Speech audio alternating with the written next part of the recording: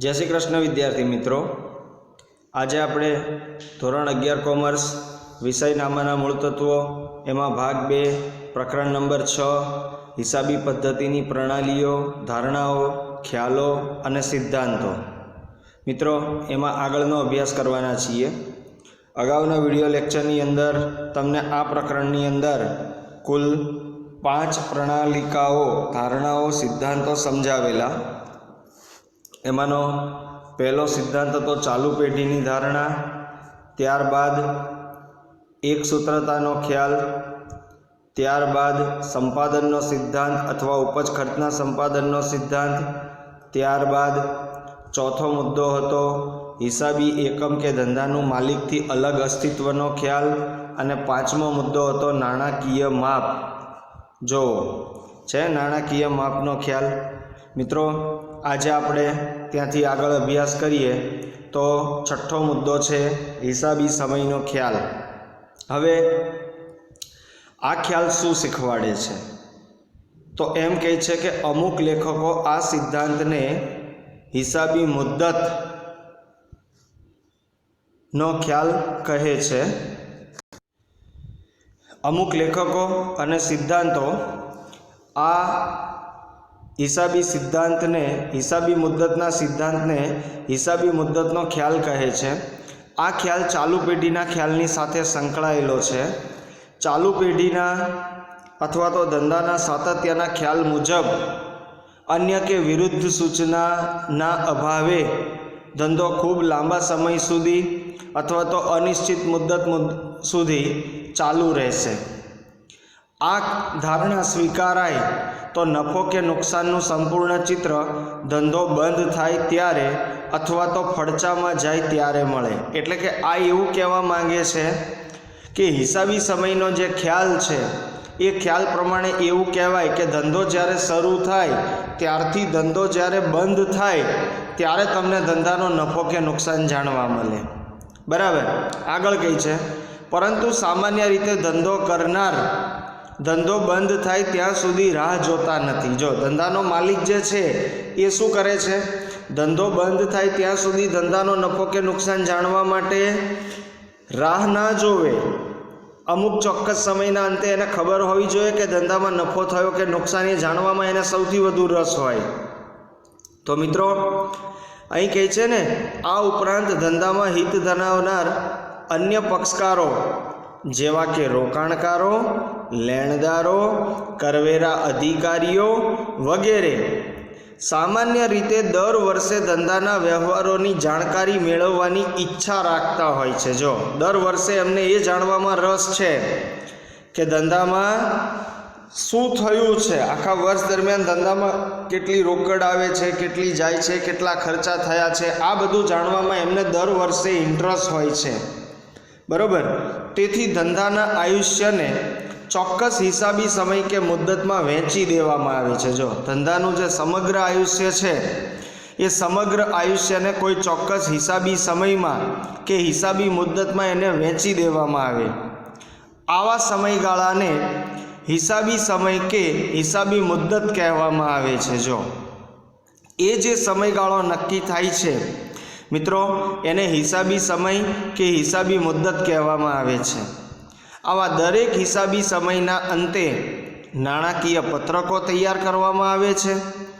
सामान्य रीते हिसाबी समय 12 महीनानो होय छे। जो सामान्य रीते हिसाबी समय केटला महीनानो राखवामां आव्यो छे? 12 महीनानो। हिसाबो मुजब धंधाना परिणामो पण दर वर्षना अंते तैयार करवामां आवे। दर वर्षना अंते परिणामों तैयार करवामां आवे एनो मतलब एवो थाय के धंधामां नफो के नुकसान केटलुं थयुं, खरीदी केटली थई, वेचाण केटलुं थयुं, खर्चा केटला थया, आवक केटली थई, आ बधुं दर वर्षना अंते तैयार करवामां आवशे। कारण के 12 महीनाना समयमां जुदी जुदी ऋतुओनी धंधा पर असर पण आवी जाय। जो 12 महीनानो समयगाळो शुं काम नक्की करवामां आव्यो के जेटली पण ऋतु चक्र छे ए 12 महीनानी अंदर पूरुं थई जाय एटले दरेक ऋतुओनी असर धंधा पर केटली थाय छे। आना ज लीधे हिसाबोने वार्षिक हिसाबो पण कहेवामां आवे। आवुं हिसाबी वर्ष कैलेंडर वर्ष, संवंत वर्ष નાણાકીય વર્ષ, સહકારી વર્ષ કે અન્ય કોઈ સમય હોઈ શકે। હવે તમને એમ થશે કેલેન્ડર વર્ષ એટલે શું? તો 1 જાન્યુઆરીએ ચાલુ થાય, 31મી માર્ચે પૂરું થાય। સંવંત વર્ષ એટલે બેસતા વર્ષના દિવસે શરૂ થાય, દિવાળીના દિવસે પૂરું થાય। નાણાકીય વર્ષ 1 એપ્રિલે શરૂ થાય, 31મી માર્ચે પૂરું થાય। સહકારી વર્ષ એટલે 1 જુલાઈએ ચાલુ થાય, 30મી જૂને પૂરું થાય। કહે છે ને કે ભારતમાં આવકવેરા કાયદા મુજબ કરદાતાએ દરેક નાણાકીય વર્ષ એટલે કે તારીખ 1 એપ્રિલથી શરૂ કરીને 31મી માર્ચના રોજ પૂરું થાય તેવા 12 મહિનાના સમય માટેની આવકની વિગતો દર્શાવવાની હોય છે। ભારતની અંદર જે ઇન્કમટેક્સ વેરો છે અથવા ઇન્કમટેક્સનો કાયદો છે અથવા ઇન્કમટેક્સ વિભાગ છે એના દ્વારા 1 એપ્રિલથી શરૂ થાય અને 31મી માર્ચના રોજ જે કંઈ પણ 12 મહિના માટેની આવકની વિગતો છે એ દરેક કરદાતાએ દર્શાવવાની હોય છે। આગળ, ભારતમાં બધી જ સ્ટોક એક્સચેન્જ પર નોંધાયેલી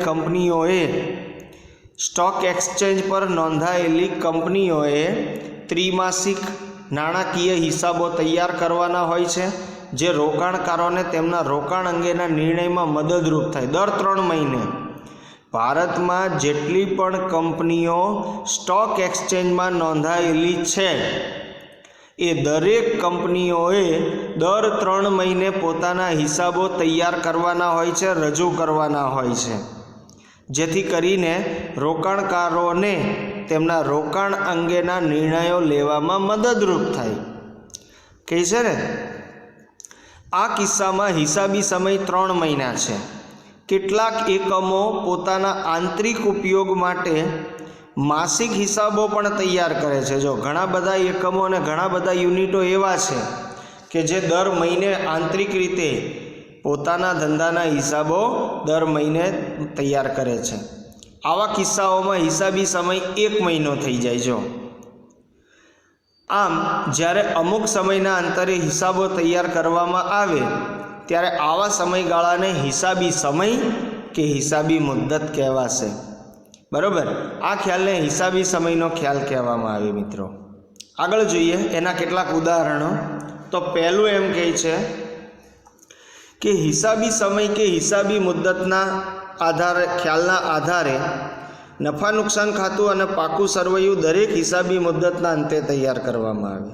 જો દરેક હિસાબી મુદ્દતના અંતે હિસાબની અંદર નફા નુકસાન ખાતું અને પાકું સરવૈયું તૈયાર કરવામાં આવે છે। 2, ધંધાનું આયુષ્ય ખૂબ લાંબા સમય સુધી અથવા અનિશ્ચિત સમય સુધીનું હોય છે।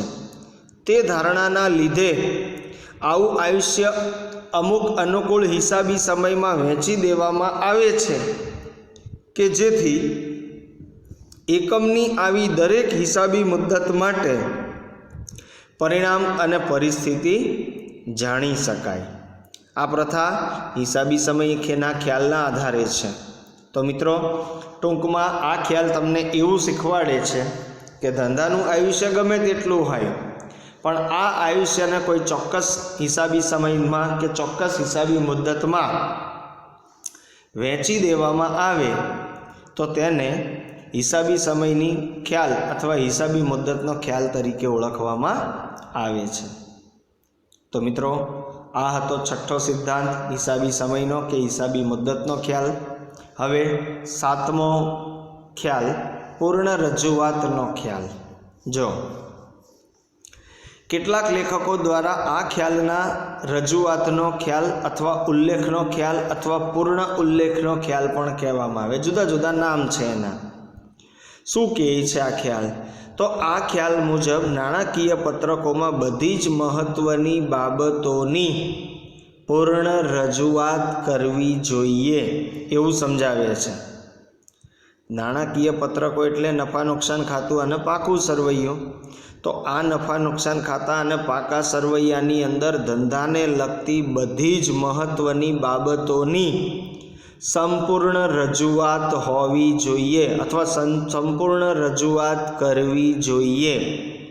આગળ, નાણાકીય પત્રકોના ઉપયોગ કરનારા માહિતી આધારિત આર્થિક નિર્ણય લઈ શકે તે માટે સંબંધિત બધી જ જરૂરી માહિતી નાણાકીય પત્રકોમાં પૂરી પાડવી જોઈએ। જો કંપનીના સંદર્ભમાં વિચારજો, દાખલા તરીકે એક ઉદાહરણ આપું કે રિલાયન્સ કંપનીનો હિસાબ છે, એ રિલાયન્સ કંપનીના હિસાબની અંદર એવી સંપૂર્ણ રજૂઆત હોવી જોઈએ કે જેથી હિસાબી માહિતીનો ઉપયોગ કરનારાઓ લોકો આર્થિક નિર્ણય લઈ શકે।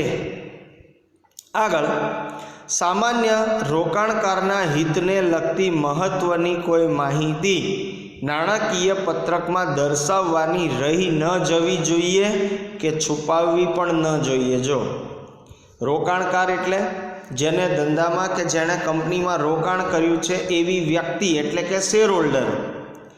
આ રોકાણકારના હિતને લગતી મહત્ત્વની કોઈ પણ માહિતી નાણાકીય પત્રકમાં દર્શાવવાની રહી ન જવી જોઈએ કે છુપાવવી પણ ન જોઈએ।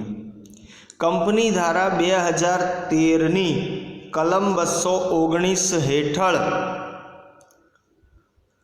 એક નાણાકીય પત્રકો કંપનીની સાચી અને વાજબી આર્થિક પરિસ્થિતિ દર્શાવતા હોવા જોઈએ।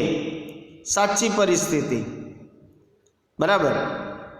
એમાં કંપની ધારાની કલમ 133 મુજબ જાહેર કરેલા હિસાબી ધોરણોની જોગવાઈઓ મુજબના હોવા જોઈએ। સરકારે જે હિસાબી ધોરણ નક્કી કર્યું છે એ પ્રમાણેના હોવા જોઈએ અને પરિશિષ્ટ 3માં આપેલ નમૂના પ્રમાણે હોવા જોઈએ। કંપની ધારા 2013ના પરિશિષ્ટ 3ની સામાન્ય સૂચના નંબર 2 મુજબ રજૂઆત અંગેની તેમાં જણાવેલ જોગવાઈઓ હિસાબી ધોરણ મુજબની રજૂઆતની જોગવાઈઓ ઉપરાંતની છે અને તેના પર્યાય તરીકે નથી। ટૂંકમાં ભારત સરકારે કંપનીઓના હિસાબો રજૂઆત કરવા માટે અથવા હિસાબો રજૂ કરવા માટે જે કંઈ પણ નિયમો અને નિર્ણયો લીધા છે એ તમામ નિયમો અને નિર્ણયોનું હિસાબોમાં પાલન હોવું જોઈએ। આગળ, હિસાબી ધોરણો મુજબ રજૂઆત કે ઉલ્લેખ કરવાની બાબતો હિસાબી નોંધના ભાગ રૂપે કે વધારાના પત્રક સ્વરૂપે દર્શાવવાની રહેશે, સિવાય કે તે નાણાકીય પત્રકમાં દર્શાવવાની જોગવાઈ હોય। આ રીતે કંપની ધારા મુજબ જે અન્ય રજૂઆત કરવાની જોગવાઈ હોય તે બધી જ રજૂઆત હિસાબી નોંધના ભાગ રૂપે અને આ પરિશિષ્ટની જોગવાઈ ઉપરાંત દર્શાવવાની રહેશે। ટૂંકમાં કંપનીએ પોતાના હિસાબની નાનામાં નાની બાબતો પણ હિસાબોમાં રજૂ કરવી પડે, જેને પૂર્ણ રજૂઆતનો ખ્યાલ કહે છે। આગળ, પૂર્ણ રજૂઆતના ખ્યાલના આધારે હિસાબી પત્રકો સાથે વધારાની માહિતી પરિશિષ્ટ કે નોંધ તરીકે આપવાની પ્રથા છે। પ્રથા એટલે રિવાજ, પહેલેથી આ રિવાજ છે। દાખલા તરીકે સંભવિત જવાબદારી અંગેની માહિતી, અમુક રોકાણોની બજાર કિંમત અંગેની માહિતી, સ્ટોકના મૂલ્યાંકનની પદ્ધતિની માહિતી, કંપનીની હિસાબી નીતિઓ અંગેની માહિતી, આવી મહત્ત્વની માહિતીની રજૂઆત માટે જ આપવામાં આવે છે। સારી હિસાબી નીતિની માંગ એ છે કે કાયદામાં જોગવાઈ હોય કે ન હોય, પરંતુ બધી જ મહત્ત્વની માહિતીની રજૂઆત થવી જોઈએ। કોઈ પણ નાનામાં નાની બાબતની માહિતી રહી જવી જોઈએ નહીં। જ્યારે કાયદામાં જોગવાઈ ન હોય ત્યારે પણ મહત્ત્વની માહિતીનો ઉલ્લેખ અથવા તો રજૂઆત હિસાબોમાં થવો જોઈએ। બરાબર। હવે એના ઉદાહરણ છે। જો પહેલું કે ઘસારાની પદ્ધતિમાં ફેરફાર એ મહત્ત્વની બાબત છે, કારણ કે તેનાથી નફા અને નુકસાન ઉપર શું થાય છે? અસર થાય છે। અને કાયમી મિલકતની પાકા સરવૈયામાં દર્શાવવાતી ચોપડા કિંમત પર પણ તેની અસર થાય। આવો ફેરફાર એ હિસાબી નીતિ અંગેના ફેરફાર પણ છે। માટે પૂર્ણ રજૂઆતના ખ્યાલના આધારે આ ફેરફારની રજૂઆત નાણાકીય પત્રકોમાં એટલે કે હિસાબોમાં થવી જોઈએ અને આવા ફેરફારની અસરનો ઉલ્લેખ પણ કરવો જોઈએ કે એનાથી કેવી કેવી અસરો ઊભી થઈ હિસાબોમાં એની રજૂઆત પણ કરવી જોઈએ। આગળ સ્ટોકના મૂલ્યાંકનની પદ્ધતિમાં ફેરફાર અંગેની માહિતી તેની અસર સાથે નાણાકીય પત્રકોમાં દર્શાવવી જોઈએ। મિત્રો, આ જે ખ્યાલ છે એ ખ્યાલ એવું શીખવાડે છે કે હિસાબને લગતી નાનામાં નાની બાબતની પણ રજૂઆત હિસાબમાં થવી જોઈએ, જેથી કરીને રોકાણકારોના હિત જળવાઈ રહે અને રોકાણકારો સમયને ધ્યાનમાં રાખીને યોગ્ય નિર્ણય લઈ શકે। મિત્રો, આ તો તમારો 7મો ખ્યાલ। હવે આપણે એમાં 8મો ખ્યાલ મહત્વતાનો ખ્યાલ કે છે ને, આ ખ્યાલ પૂર્ણ રજૂઆતના ખ્યાલ સાથે પણ સંકળાયેલો છે। જો પૂર્ણ રજૂઆતનો ખ્યાલ એટલે નાનામાં નાની બાબતોનો પણ હિસાબોમાં સમાવેશ કરવો। પૂર્ણ રજૂઆતના ખ્યાલ મુજબ બધી જ મહત્ત્વની બાબતોની રજૂઆત નાણાકીય પત્રકોમાં કરવી જોઈએ અને મહત્વતાનો આધાર માહિતીની પ્રસ્તુતતા અને વિશ્વસનીયતા પર રહેલો છે। તમે માહિતીની રજૂઆત કેવી રીતે કરો છો, જે માહિતી છે એ કેટલી વિશ્વાસપાત્ર છે। જો માહિતી પ્રસ્તુત હોય અને અસર કરે તેવી હોય તો જ માહિતી મહત્ત્વની ગણી શકાય। પ્રસ્તુત એટલે કામની હોય, અસરકારક હોય તો જ એવી માહિતીને મહત્ત્વની માહિતી ગણી શકાય। આગળ કહે છે ને કે આ ખ્યાલ મુજબ કોઈ પણ વિગત હિસાબોમાં કે નાણાકીય પત્રકોમાં ત્યારે જ વિગતે નોંધવામાં આવશે જો તે વિગત ઉપયોગ કરનારાઓને ઉપયોગી હોય। ખ્યાલ આવે છે? ઉપયોગ કરનારાઓ માટે મહત્ત્વની હોય, ઉપયોગી હોય એવી માહિતી હોય તો જ એવી માહિતીને હિસાબોમાં શું આપવામાં આવશે મિત્રો? સ્થાન આપવામાં આવે। બરાબર? તેની સામે કહે છે ને મહત્ત્વની બાબતની રજૂઆત થવી જોઈએ। તેની સામે એવું પણ કહી શકાય કે બિન મહત્ત્વની માહિતીનો ઉલ્લેખ કરવાનો રહેતો નથી। જો જે માહિતી બિનજરૂરી છે, જેનો કોઈ ઉપયોગ જ નથી, જેનું કોઈ મહત્ત્વ જ નથી, એવી માહિતીને હિસાબમાં લખવી જોઈએ નહીં।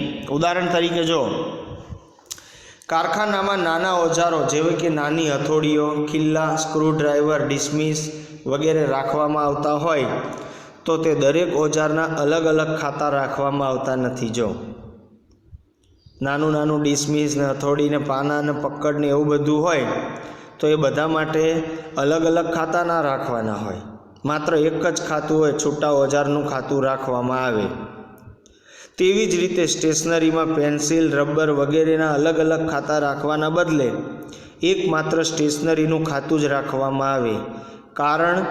કારણ કે નાની નાની વસ્તુઓનો અલગ અલગ હિસાબ જુદા જુદા ખાતા ખોલી રાખવાનું યોગ્ય કે જરૂરી નથી। હવે તમે પેન્સિલનું ખાતું રાખો અને સંચાનું ખાતું રાખો અને કાગળનું ખાતું રાખો ને એવું અલગ અલગ ખાતું રાખશો તો એ જરૂરી નથી, એ બિનજરૂરી છે, યોગ્ય નથી।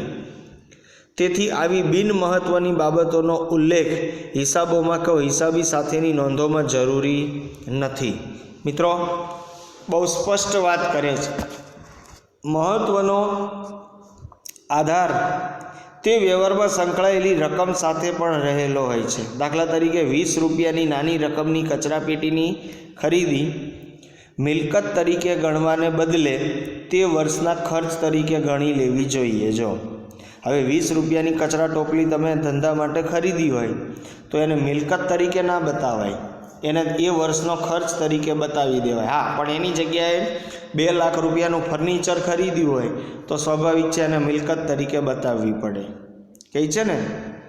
આગળ કંપની ધારા 2013ના પરિશિષ્ટ 3ની નફા નુકસાનના પત્રક તૈયાર કરવા અંગેની સામાન્ય સૂચનામાં એવું જણાવેલ છે કે કંપનીની આવક કે ખર્ચની કોઈ એક રકમ આવકના 1% અથવા 1 લાખ બે પૈકી જે વધુ હોય તેના કરતાં વધુ હોય તો આવા આવક કે ખર્ચ અંગેની વિગતો નોંધ તરીકે વધારાની માહિતી સ્વરૂપે રજૂ કરશે. આગળ જોઈએ તો કઈ બાબત મહત્ત્વની છે અને કઈ બાબત મહત્ત્વની નથી તે માટેના કોઈ ચોક્કસ નિયમો આપી ન શકાય. તેનો આધાર હિસાબોમાં તેનું પ્રમાણ કે રકમ, સુસંગતતા કે વ્યવહાર કે માહિતીનું ધંધામાં અગત્યતા ઉપર આધાર રાખે છે. મિત્રો, મહત્ત્વના ખ્યાલ અનુસાર હિસાબનીશે એવી બિનમહત્ત્વની ઘટનાઓની નોંધ કરવાનો પ્રયત્ન ન કરવો જોઈએ કે તેની ઉપયોગિતા કે પરિણામના સંદર્ભમાં આવી નોંધ કરવાનું કાર્ય યોગ્ય ન ગણી શકાય. કોઈ બનાવ, માહિતી કે વ્યવહાર મહત્ત્વનો છે કે નહીં તે હિસાબનીશની વિવેક બુદ્ધિ, એની આવડત અને એના નિર્ણય ઉપર આધાર રાખે છે. સ્વાભાવિક છે કે કઈ બાબત મહત્ત્વની છે અને કઈ બાબત બિનમહત્ત્વની છે એ સ્વાભાવિક છે. હિસાબનીશની વિવેક બુદ્ધિ કેટલી છે, એની સમજણ કેટલી છે, એનો નિર્ણય લેવાની આવડત કેવી છે, મિત્રો એના પર આધાર રાખે છે. આગળ જોઈએ એના ઉદાહરણો. કોઈ નોટબુકનો અમુક જ ભાગ વપરાયો હોય તો પણ તેનો ઉપયોગ પ્રમાણેનો ભાગ ખર્ચ ગણવાને બદલે આખી નોટબુકનો ખર્ચ જ નફા નુકસાન ખાતે ખર્ચ તરીકે લખવામાં આવશે.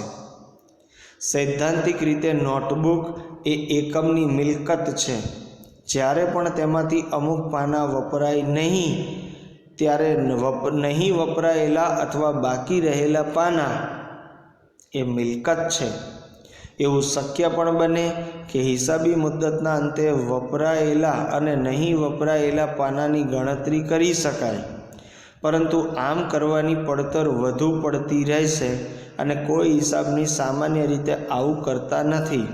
તેના બદલે આવી નોટબુકની પડતર કે ખર્ચ જ્યારે તે ખરીદવામાં આવે ત્યારે અથવા તો ઉપયોગ માટે આપવામાં આવે ત્યારે જ ખર્ચ તરીકે માંડી વાળવામાં આવે. નોટનું એક એક પાનું ગણીને પછી કેટલી વધી છે ને કેટલો ખર્ચો થયો એ ગણવાનું ન હોય. એ સામાન્ય રીતે બધો ખર્ચ જ ગણી લેવાનો હોય એવું શીખવાડે છે આ. આગળ, જો કોઈ અન્ય જોગવાઈ ન હોય તો કંપનીના નફા નુકસાન ખાતામાં કોઈ પણ આવક કે ખર્ચ જે આવકના 1% અથવા 1 લાખ રૂપિયા બે પૈકી જે વધુ હોય તેના કરતાં ઓછા હોય તો તેને અલગ બતાવવાની જરૂર નથી. 3. તારીખ 2/3/2016 થી 1/4/2016ના સમયગાળા માટેનું એક ટેલિફોન બિલ મળેલ છે અને હિસાબી વર્ષ 31/3/2016ના રોજ પૂરું થાય છે. આ સંજોગોમાં એક દિવસનો ખર્ચ વર્ષ 2016-17માં પાડવાને બદલે આ પૂરેપૂરું ટેલિફોન બિલ 31/3/2016ના રોજ પૂરા થતા વર્ષના નફા નુકસાન ખાતામાં ઉધારવામાં આવે. શેના માટે? તો કે મહત્ત્વના ખ્યાલ માટે. બરાબર મિત્રો. હવે 9મો ખ્યાલ છે દૂરંદર્શિતા, ડાહપણ કે શાણપણનો ખ્યાલ. અમુક લેખકો આ ખ્યાલને રૂઢિચુસ્તપણાનો ખ્યાલ પણ કહે છે. નાણાકીય પત્રકો સામાન્ય રીતે રૂઢિચુસ્તતાના આધારે તૈયાર કરવામાં આવે છે. ખરેખર હોય તેના કરતાં જુદી નફા કે નુકસાનની કે મિલકતો કે દેવાની પરિસ્થિતિ દર્શાવવાનું યોગ્ય નથી. મિત્રો, ધંધાની અંદર ખરેખર જેટલી સિચ્યુએશન છે એ જ દર્શાવવું, બિનજરૂરી દર્શાવવું નહીં. હોય તેના કરતાં સારી પરિસ્થિતિ દર્શાવવાનું પણ યોગ્ય નથી. જો ધંધાની જેવી પરિસ્થિતિ છે એના કરતાં તમે ધંધાની સારી પરિસ્થિતિ દર્શાવો ને તો એ પણ યોગ્ય નથી. તે જ રીતે પરિણામ અથવા પરિસ્થિતિ હોય તેના કરતાં ખરાબ દર્શાવવી અને તે દ્વારા ગુપ્ત નામત ઊભું કરવું એ પણ યોગ્ય છે નહીં. બરાબર. તો શું સિચ્યુએશન આવે તો જુઓ. રૂઢિચુસ્તપણાના આધારે શાણપણ કે ડાહપણ યુક્ત માહિતી રજૂ કરવાથી પરિણામોની વિશ્વસનીયતા વધશે. લાંબા ગાળે નાણાકીય પત્રકોના ઉપયોગ કરનાર અને હિત ધરાવનાર બધા જ પક્ષકારોનું હિત જળવાય છે. આમ શાણપણ કે ડાહપણયુક્ત માહિતીની રજૂઆત ઉપરથી શાણપણ કે રૂઢિચુસ્તતાનો ખ્યાલ અસ્તિત્વમાં આવ્યો છે। મિત્રો આગળ જોઈએ તો શાણપણના સિદ્ધાંત અનુસાર હિસાબનીશ સંભવિત આવક કે નફો ધ્યાનમાં લેશે નહીં, પરંતુ સંભવિત ખોટ અંગેની જોગવાઈ કરશે। મિત્રો આ ખ્યાલ એવું સમજાવે છે કે આવનારા સમયમાં જે કંઈ પણ આવક કે નફો થવાનો છે એને હિસાબમાં અત્યારથી ધ્યાનમાં નથી લેવાનો, પણ આવનારા સમયમાં જે કંઈ પણ ખોટ થવાની છે, જે કંઈ પણ નુકસાન થવાનું છે મિત્રો એને પહેલાં ધ્યાનમાં લેવાનું, એની પહેલેથી વ્યવસ્થા કરવાની। આ સિદ્ધાંતના આધારે અનિશ્ચિતતાની માપણી વખતે ઉપજ અથવા મિલકતને વધુ દર્શાવવાના બદલે ઓછી બતાવવાને પસંદગી આપવામાં આવે। જો મિલકતમાં થતો નફો ધ્યાનમાં નહીં લેવાય, મિલકતમાં થતું નુકસાન ધ્યાનમાં લેવાશે। તેવી જ રીતે અનિશ્ચિતતાના માપ વખતે વધુ ખર્ચ અથવા જવાબદારીના અંદાજને પસંદ કરવામાં આવશે। આવનારા સમયમાં જે ખર્ચ થવાનો છે એના કરતાં થોડું વધુ ખર્ચ ધ્યાનમાં રાખીને નિર્ણય લેવામાં આવશે। આ ખ્યાલ મુજબ એવું કહી શકાય કે ભવિષ્યમાં થનાર નફાને ધ્યાનમાં ન લેવો, પરંતુ ભવિષ્યમાં થનાર નુકસાન ધ્યાનમાં લેવું અને તે અંગેની જોગવાઈ પણ કરવી। શાણપણના બે અંગો નીચે પ્રમાણે રજૂ કરી શકાય। 1. આવક અથવા લાભને ત્યારે જ સંપાદિત ગણવા કે જ્યારે તે મળવા અંગેની યોગ્ય ચોક્કસતા હોય। 2. ખર્ચ અને ખોટને ત્યારે સંપાદિત ગણવા કે જ્યારે તે અંગે યોગ્ય શક્યતા હોય। હવે એના ઉદાહરણ તો જો, પહેલું ઉદાહરણ, આખર સ્ટોકનું મૂલ્યાંકન તેની મૂળ કિંમત અથવા બજાર કિંમત એ બે પૈકી જે ઓછી કિંમત હોય તે કિંમતે કરવામાં આવે છે। આ નિયમ છે કે આખર સ્ટોકનું મૂલ્ય તેની મૂળ કિંમત અને બજાર કિંમત એ બેમાંથી જે ઓછી કિંમત હોય એ ધ્યાનમાં લઈને કરવું। જો ઉદાહરણ તરીકે આખર સ્ટોકની પડતર કિંમત ₹20,000 છે અને વર્ષના અંતે તેની બજાર કિંમત 30,000 છે, તો આખર સ્ટોકની કિંમત કેટલી ગણાશે મિત્રો? 20,000। પરંતુ જો આખર સ્ટોકની કિંમત 20,000 હોય અને વર્ષના અંતે આ સ્ટોકની બજાર કિંમત 17,000 થઈ જાય તો આખર સ્ટોકનું મૂલ્ય કેટલું ગણાશે? 17,000। બરાબર। હવે અહીં અપેક્ષિત નફો ₹10,000 પહેલી સિચ્યુએશનમાં ધ્યાનમાં લેવાશે નહીં, કારણ કે તે ખરેખર મળેલો નથી, પરંતુ ₹3,000 બીજી સિચ્યુએશનમાં જે અપેક્ષિત ખોટ છે, જે અપેક્ષિત નુકસાન છે એને મિત્રો ધ્યાનમાં લેવાશે, કારણ કે આપણે 20,000ની પડતરની સામે સ્ટોકનું મૂલ્યાંકન કેટલાથી કર્યું? 17,000, એટલે ₹3,000નું નુકસાન છે એને ધ્યાનમાં લેવાશે, પણ 10,000નો નફો ધ્યાનમાં લેવાશે નહીં। કઈ છે ને? 2. હિસાબોમાં શકમંદ લેણા અંગેની જોગવાઈ કરવામાં આવે છે। હિસાબોમાં દેવાદારો પર વટાવ અનામતની જોગવાઈ કરવામાં આવે છે। હિસાબોમાં લેણદારો પર વટાવ અનામતની જોગવાઈ કરવામાં આવતી નથી। પાકા સરવૈયામાં સંભવિત દેવું દર્શાવવામાં આવે છે, પરંતુ સંભવિત મિલકતો દર્શાવવામાં આવતી નથી। સામાન્ય રીતે રોકાણોની કિંમતના ઘટાડાની જોગવાઈ હિસાબી ચોપડે કરવામાં આવે છે। જ્યારે વેચાણ અથવા પરતની શરતથી માલ ગ્રાહકને મોકલેલ હોય ત્યારે જ્યાં સુધી ગ્રાહક આ માલની ખરીદી માટે સંમત ન થાય ત્યાં સુધી તેની ઉપજ સંપાદિત થયેલી ગણાતી નથી। આગળ, લાંબા ગાળાના કરારમાં જ્યારે ખૂબ જ ઓછું અથવા 25%થી ઓછું કામ થયું હોય ત્યારે બધો જ નફો ભવિષ્યની આકસ્મિકતાઓ માટે અનામત રાખવામાં આવે છે અને તે ચાલુ કામ ખાતે તબદીલ કરવામાં આવે છે। આમ જ્યારે ખૂબ જ ઓછું કામ થયું હોય તો લાંબા ગાળાના કરારોમાં કોઈ નફો કે નુકસાન ખાતે લઈ જવામાં નફા નુકસાન ખાતે લઈ જવામાં આવતો નથી। આમ છતાં જો ખોટ હોય તો મિત્રો એને ધ્યાનમાં લેવામાં આવે છે। આગળ, બધા જ સંશોધન અને વિકાસ ખર્ચનો લાભ ભવિષ્યમાં મળવાનો હોય છતાં જે વર્ષમાં ખર્ચ કર્યો હોય તે વર્ષના જ નફા નુકસાન ખાતામાં એને ઉધારી દેવામાં આવે છે। આગળ, જેનો વીમો લીધેલો ન હોય તેવા માલની ચોરીથી થયેલ નુકસાનની જોગવાઈ તરત જ કરી દેવામાં આવે છે। પછી ભલે પોલીસ ચોરને પકડી પાડે તો આવો માલ પરત મળવાની શક્યતા પછી હોય તો પણ ભલે। આગળ, બેન્કો શકમંદ ધિરાણ ઉપરનું વ્યાજ વ્યાજ ખાતે જમા કરવાના બદલે વ્યાજ ઉપલક ખાતે જમા કરે છે। શકમંદ ધિરાણ પર વ્યાજની વસૂલાત અનિશ્ચિત હોય છે।